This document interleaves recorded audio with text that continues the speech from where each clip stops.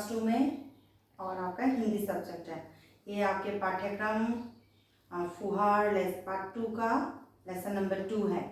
आप सब अपने बुक को खोलो, पेज नंबर 7, कृष्ण सुदामा। ये एक प्राचीन कथा है, बहुत पुरानी कथा है। अच्छा, मैं लेसन स्टार्ट करूँ, पार्ट स्टार्ट करूँ इससे पहले मैं ये पूछना चाहूँगी, आप सबका कोई बेस्ट फ्रेंड है ना? हम सभी का बेस्ट फ्रेंड होता है और हम उससे अपना ही खाना शेयर करते हैं, दोस्ती होती है, उससे पक्की दोस्ती होती है, पेन पेंसिल शेयर करते हैं ना, बहुत अच्छा लगता है।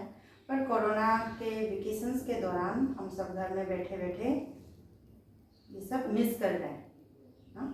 चलो फिर भी हम इस लेसन से कुछ सीखते हैं। तो आइए आप सब पेज नंबर 7 खोलो, लेसन नंबर 2, कृष्ण सुदामा। बहुत समय पहले की बात है। कृष्ण और सुदामा एक ही गुरु के आश्रम में पढ़ते थे। दोनों पक्के मित्र थे और एक दूसरे पर जान छिड़कते थे। समय बीता, कृष्ण बने द्वारका के राजा, पर सुदामा का जीवन तो गरीबी से भरा था।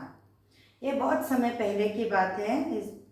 कृष्ण जी और सुदामा जी जो थे बहुत छोटे से थे और दोनों के बीच में अच्छी दोस्ती थी, मीन्स दोनों बेस्ट फ्रेंड थे।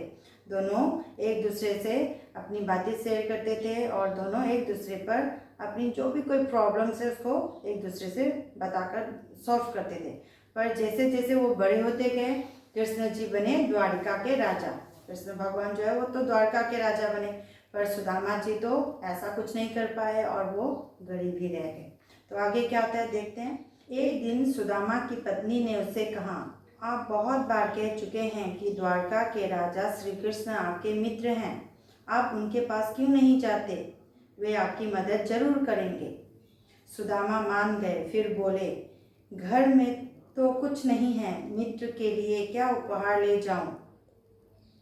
तब सुदामा की पत्नी पड़ोस से थोड़े भुने हुए चावल ले आई और उनको पोटली में बांधकर सुदामा को दे दिया। सुदामा घर से चल पड़े। उनका मन डवाडोल हो रहा था। वे सोच रहे थे, कृष्ण अब इतने बड़े राजा हो गए हैं, अगर उन्होंने ना पहचाना तो।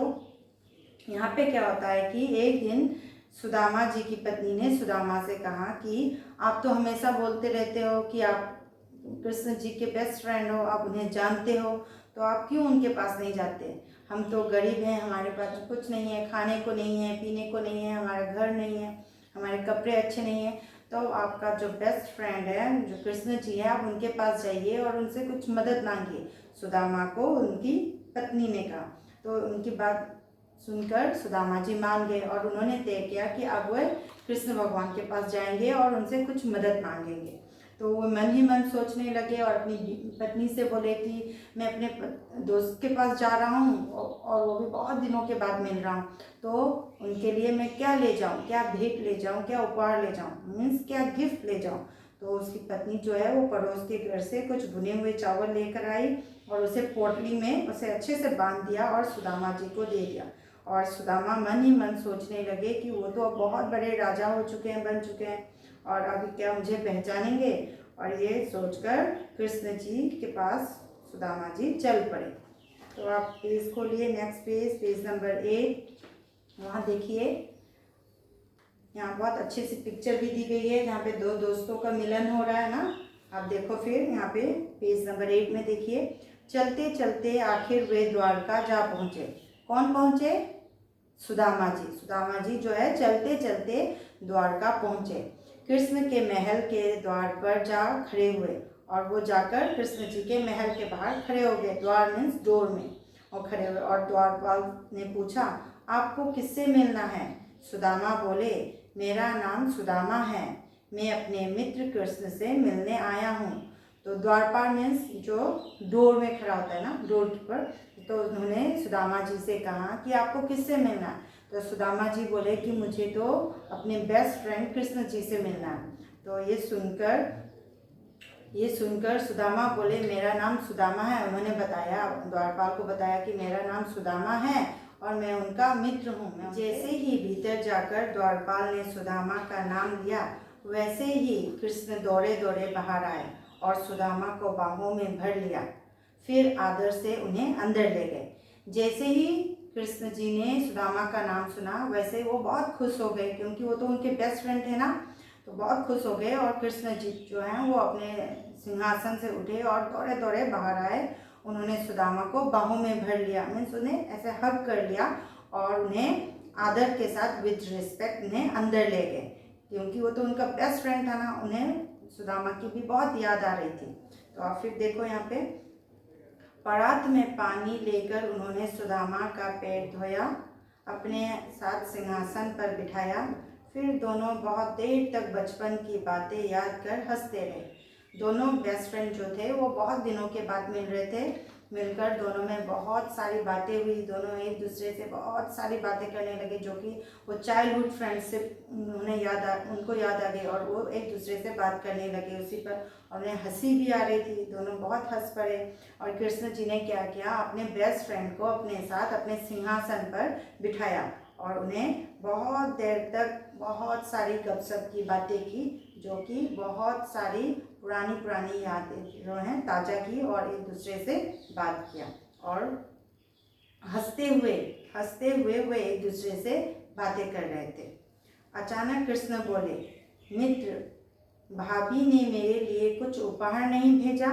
तो अचानक जो है श्री कृष्ण जी सुदामा से बोले, अरे मित्र, तुम तो आए हो, मेरे लिए कुछ लाए हो? मीन्स भाभी जी ने मेरे लिए कुछ भेजा है कि नहीं, कुछ गिफ्ट कुछ दिया है कि नहीं? तो सुदामा चावलों की पोटली देने में संकोच कर रहे थे, पर कृष्ण ने प्रेम से हाथ बढ़ाकर पोटली ले ली। सुदामा जो है वो मन ही मन सोच रहे थे कि अब श्री कृष्ण तो द्वारका के राजा हैं, वो तो अभी इतने बड़े राजा हो चुके हैं, इस छोटे से गिफ्ट को कैसे एक्सेप्ट करेंगे। और वो जो है वो तो मामूली सा चीज़ लाए हैं, चावल को पोटली में बांध कर लाए हैं। तो मन ही मन संकोच हो रहा था कि मैं दूंगा तो भगवान जी श्री कृष्ण जी लेंगे कि नहीं। पर भगवान श्री कृष्ण उनकी मन की बात को समझ गए थे और उन्होंने अपने हाथ को बढ़ाकर खुद ब खुद पोटली को ले लिया और वो बहुत खुश हुए। कुछ दिन राजमहल में सुख से रहने के बाद सुदामा विदा हुए। घर लौटते समय वे सोच रहे थे, कृष्ण ने कुछ दिया तो है नहीं, अब घर जाकर मैं अपनी पत्नी से क्या कहूँगा। कुछ दिन सुदामा जी जो हैं भगवान श्री कृष्ण के साथ उनके राजमहल में द्वारका में रहे। कुछ दिन उन्होंने उनके साथ बिताया, बातें की, खूब अच्छे अच्छे खाने खाए, खूब उनके साथ टाइम स्पेंड किया। फिर वे अपने घर को चले। तो घर जाते वक्त कृष्ण भगवान ने उन्हें कोई गिफ्ट नहीं दिया। ऐसे ही वो मन में सोच रहे थे सुदामा जी कि उन्होंने तो मुझे कोई कुछ नहीं दिया, कुछ गिफ्ट नहीं दिया, अब मैं क्या करूं, अपने घर जाकर अपनी पत्नी से क्या कहूँगा। वो मन ही मन ये सोचकर अपने घर की ओर चल पड़े। अब क्या होता है देखो, सुदामा जब वापस अपने घर पहुँचे तो देखकर चकित रह गए। जहाँ उनकी टूटी फूटी झोपड़ी थी वहाँ अब महल खड़ा था। मन ही मन बोले, ये चमत्कार अवश्य कृष्ण ने ही किया है। उन्होंने मित्र का मान रख लिया। जब सुदामा जी अपने घर पहुँचे तो उन्होंने देखा कि उनकी जो झोपड़ी थी, हट थी, वो टूटी फूटी हुई थी ना, पर वो टूटी फूटी नहीं थी, अब वो महल बन चुकी थी। बहुत ही सुंदर एक आलीशान महल खड़ा था। तभी वो समझ गए, सुदामा जी समझ गए कि ये तो जरूर मेरे मित्र ने, कौन था उनका मित्र, भगवान श्री कृष्ण ना, तो भगवान श्री कृष्ण ने ही उनका मान रखा है। सुदामा जी मन ही मन सोचे कि ये चमत्कार तो जरूर भगवान श्री कृष्ण ने किया होगा, उन्होंने मेरे फ्रेंडशिप का मान रखा है, मेरे फ्रेंडशिप की रेस्पेक्ट की है। तो इस कहानी में हमें ये सीख मिलती है कि बच्चों की सच्ची मित्रता में कोई भेदभाव नहीं होती है ना। ये बहुत इंटरेस्टिंग कहानी। तो इस कहानी को अच्छे से समझने के लिए आपको ये वर्ड मीनिंग भी पढ़ना है, शब्दार्थ आपको अच्छे से पढ़ना होगा ये। और फिर से आप इस लेसन को, इस पाठ को, कृष्ण सुदामा जो है एक प्राचीन कथा है, पुरानी कथा है, इसको आप दोबारा पढ़िएगा। Stay home, stay safe, do it for yourself, do it for our family, do it for India.